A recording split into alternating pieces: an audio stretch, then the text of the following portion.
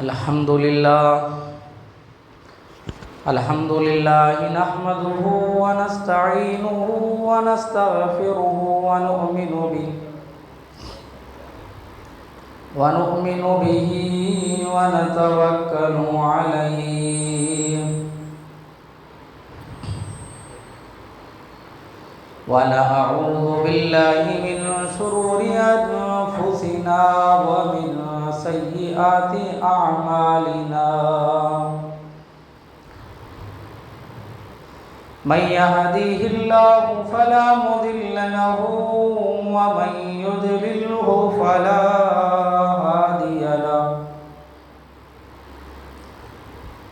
ونشهد أن لا إله إلا الله وحده لا شريك له ونشهد أن سيدنا وسندنا ومؤيدنا ومولانا محمدا عبده ورسوله أما بعد فأعوذ بالله من الشيطان الرجيم بسم الله الرحمن الرحيم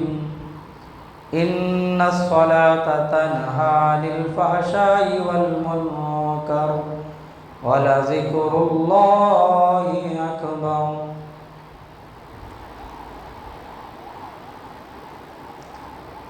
صدق الله المولانا العظيم وبلغنا رسوله النبي الأمين المتين المبين الكريم ونحن على ذلك لمن الشاهدين والشاكرين والذاكرين والآمنين والحمد لله رب العالمين. محترم بزرگوں، عزیز دوستو، پیارے بچوں، السلام علیکم ورحمۃ اللہ تعالی وبرکاتہ.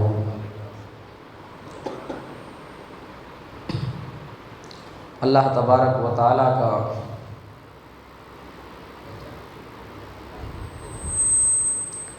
خاص فضل ہوا کہ اس پروردگار عالم نے ہمیں جو محترم اور مکرم مہینہ شعبان کا اللہ تبارک و تعالی اس میں کی جو عظمت والی رات ہے شب بارات اللہ تعالیٰ نے ہمیں نصیب فرمائی. مولا تعالیٰ آنے والے دنوں میں جو رمضان کا مہینہ آنے والا ہے، پروردگار عالم ہم سب کو رمضان کا مہینہ بھی نصیب فرمائے. اور پروردگار عالم رمضان آنے سے پہلے ہمیں رمضان المبارک کی مکمل بھرپور تیاریاں کرنے کی توفیق عطا فرمائے. عبادت، ریاضت اور مجاہدے کے لحاظ سے پروردگار عالم ہم سب کو رمضان کے آنے سے پہلے اچھی صحت، تندرستی اور توانائی عطا فرمائے اور ہم سب کے دلوں کو اس کی رضا کی طرف مائل فرمائے.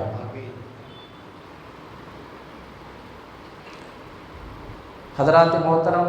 اسلام کے 5 رکن ہیں: کلمہ، نماز، روزہ، حج، زکوٰۃ. بندہ مومن جب ایمان والا ہوتا ہے تو سب سے پہلا فرض اس پر جو ہوتا ہے وہ نماز کا ہے، اور مرنے کے بعد بندے کو جس بارے میں پوچھا جائے گا وہ بھی نماز ہے. حضرت ابو ہریرہ رضی اللہ تعالیٰ عنہ سے مروی ہے، مصطفیٰ جان رحمت صلی اللہ تعالیٰ علیہ وآلہ وسلم نے ارشاد فرمایا، قیامت کے دن اللہ تبارک و تعالیٰ ہر چیز کا بندوں سے محاسبہ کرے گا، حساب لے گا کہ جوانی کیسے گزاری، بڑھاپا کیسے گزارا،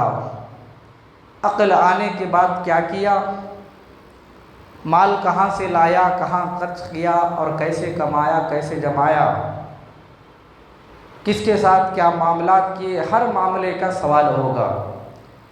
تو ان میں جو سب سے پہلا ایمان والے بندوں سے پوچھا جانے والا سوال ہے وہ نماز کا ہے۔ اللہ تبارک و تعالیٰ بندوں سے پوچھے گا نماز کے بارے میں،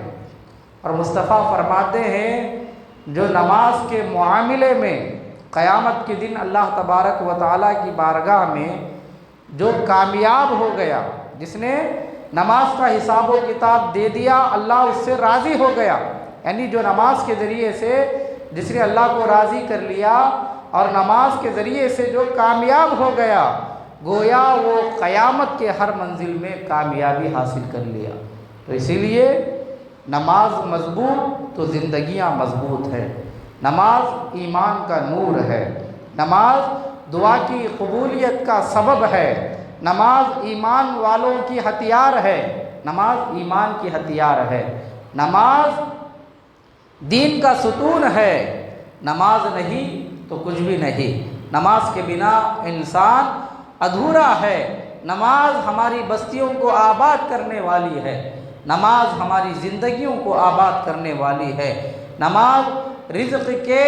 زیادتی کا ذریعہ ہے، نماز دعا کے قبولیت کا سبب ہے، نماز پل صراط پر بجلی کی طرح پار کرانے والی ہے، نماز قبر کے اندھیروں کا اجالا ہے، اور نماز نہیں تو کچھ بھی نہیں۔ تو اسی لیے ہمیں چاہیے ایمان والے بندوں کے بارے میں کسی بزرگ نے فرمایا اگر ہم نماز نہیں پڑھتے تو کافروں میں اور ہمارے میں کوئی فرق نہیں ہوتا، ان کا کپڑا بھی پینٹ شرٹ ہے، مسلمانوں کا کپڑا بھی ویسے ہی نظر آتا ہے، داڑھی وہ بھی رکھ لیتے ہیں، داڑھی ہم بھی رکھ لیتے ہیں، وقت پڑا تو جھبا پیجامہ کافر بھی پہن لیتا ہے، وہ تو ہم بھی پہن لیتے ہیں، اور وہ بھی امامہ باندھ لیتا ہے، لیکن ان کا انداز الگ ہوتا ہے، ان کے سروں پر طرح طرح کی ٹوپیاں آ جاتی ہے، ٹوپیاں ہم بھی پہن لیتے ہیں، کرتا پائجامہ ہم بھی پہن لیتے ہیں، سوتے ہم بھی ہیں، سوتے وہ بھی ہیں، اور ان کی جو ہے ان کی بھی زندگی ہماری زندگی کی طرح ہے، لیکن فرق ایمان والوں میں اور کافروں میں ایک ہی ہے۔ وہ فرق کیا ہے؟ نماز کا فرق ہے۔ اگر ہم نماز نہیں پڑھتے تو ہمارا سارا زندگی کا اصول جو ہے کافروں جیسا نظر آتا ہے۔ اسی لیے تم چاہتے ہو کہ تمہاری پہچان جو ہے اگر ظاہر رہے، تمہاری پہچان اگر اجاگر رہے تو نماز کو قائم کرو۔